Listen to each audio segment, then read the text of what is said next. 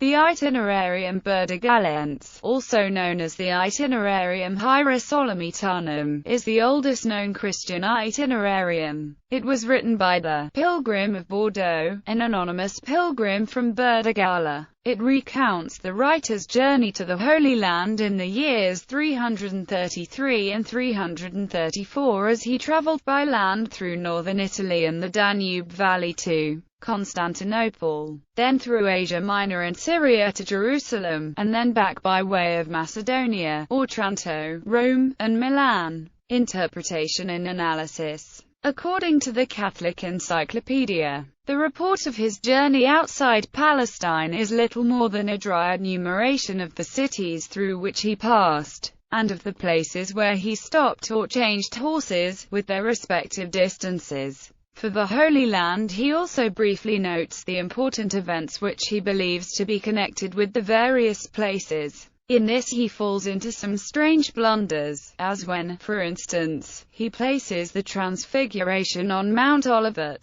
Such errors, however, are also found in subsequent writers. His description of Jerusalem, though short, contains information of great value for the topography of the city. Another reader, Jas Elsner, notes that, a brief 21 years after Constantine institutionalized Christianity, the Holy Land to which the pilgrim went had to be entirely reinvented in those years, since its main site, ancient Jerusalem, had been sacked under the Emperor Hadrian and refounded as Aelia Capitolina. Elsner found to his surprise, how swiftly a Christian author was willing implicitly to rearrange and redefine deeply entrenched institutional norms, while nonetheless writing on an entirely traditional model, i.e., the established Greco-Roman genre of travel writing. The compiler of the itinerary was aware at each boundary of crossing from one Roman province to the next, and distinguished carefully between each change of horses and a stopover place,